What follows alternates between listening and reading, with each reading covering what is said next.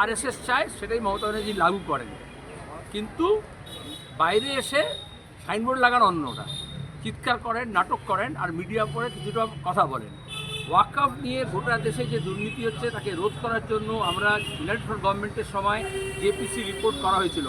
BJP সরকার গোটা ওয়াকফটাকে নষ্ট করতে চায়, সব জমিটা নিতে চায় আদানি আম্বানিদের দেওয়ার জন্য, কর্পোরেটকে দেওয়ার জন্য। মমতা ব্যানার্জি যেরকম চা বাগানের জমি, চরের জমি, বাঁধের জমি, জঙ্গলের জমি সব সাফ করছেন, সুতরাং ওয়াকফের জমিও আমাদের রাজ্যে তৃণমূলের নেতৃত্ব প্রত্যেকটা জেলা শহরে, সে বর্ধমান হোক, সে ইংলিশ বাজার হোক, সে বহরমপুর হোক, সেগুলো দেদার দখল করছে, এমনকি কুচবিহারও বাদ নেই। সেখানে দাঁড়িয়ে তারা দিল্লির ওয়াকফ আইনটাকে, যেটাকে বিরোধিতা করা হচ্ছে, এখনও পাস হয়নি, এখনও সুপ্রিম কোর্টের মামলা চলছে, আমি নিজে একজন মামলাকারী, কিন্তু এখানে চুপিসারে তেটারি লাগু করছেন।